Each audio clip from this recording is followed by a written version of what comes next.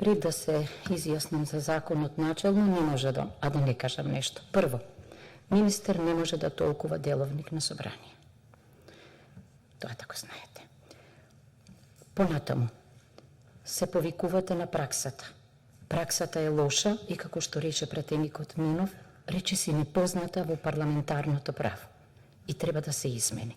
Лошо е да се повикуваме на лоша практика. Понатаму рековте дека и сами сте биле овде присутни како повереник, не можам да не ви кажам дека не сте смееле да бидете повереник при уставните измени, бидејќи сте биле член на кабинетот на премиерот, а таквиот статус не овозможува присуство овде. Се надевам дека во иднина ќе го имаме ова во предвид. Околу состојбата.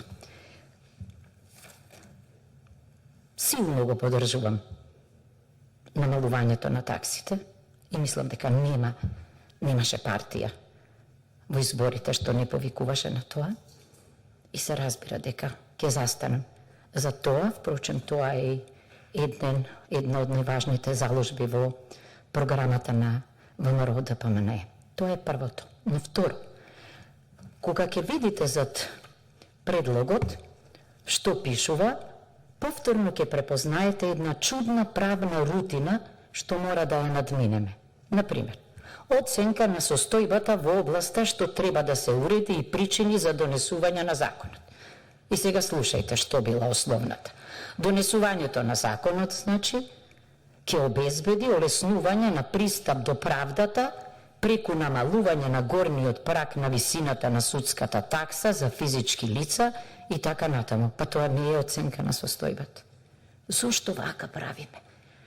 Оценка на состојбата би значило дека пристапот до правото и правдата е тежок за граѓаните. Дека заради тоа страда владењето на правото. Дека заради тоа многу од граѓаните се откажуваат од основните права. Да дојдат, значи, до решение кое што е правично. И во иднина молам, наместо механичко превземање, да се напише нешто што е суштинско. Понатаму, во истиот дел пишувате текстот на законот беше на мислење на надлежните институции. Кои се тие надлежни институции? Јас мислам дека председателот на комисијата и неговиот заменик во иднина, бидејќи гледам има празен простор, колку што е можно повеќе, треба да овозможат овде да дојдат присутни луѓе, да речеме, и од, не знам, во случајов, може би од судството, или од комората на адвокатите, или од представници на граѓаните и така натаму во различни асоциации, од, се разбира, од професорската фила, за да можеме овде да чуеме аргументирани мислења. Цели начела и основни решенија, пазете, законот чие донесување се предлага, се заснува врз истите начела, врз кои се заснува основниот текст на закон. Па зошто го менуваме тогаш ако истите начела биле? Значи, овде треба да стои што? Дека принципот, една од темелните вредности на уставниот поредок е хуманизам и солидарност. Една од основните темелни вредности е владење на правото.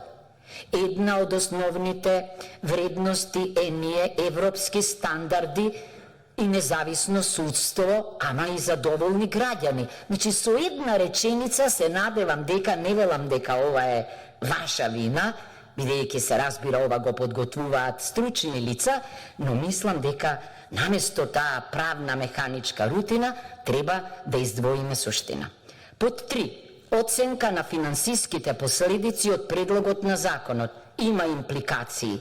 Би било добро да видиме една апроксимативна вредност, колку мислиме дека ќе се одрази во која степен ова на судскиот буџет и на крајот проценка на финансиските средства потребни за спроведување на законот, начин на нивно обезбедување податоци дали предизвикува материјални обврски, само на третата димензија има осврт, се вели нема да предизвика материјални обврски за другите субјекти, меѓутоа сигурно дека се потребни некои финансиски средства за спроведување на законот и дека има некои податоци, мислам дека така нас ќе ни се полесно да гласаме за овој текст. Уште еднаш да заклучам, мислам дека крајно време беше да се посегне по еден ваков потек во интерес на граѓаните и дека навистина ова ќе биде во духот на оно што е и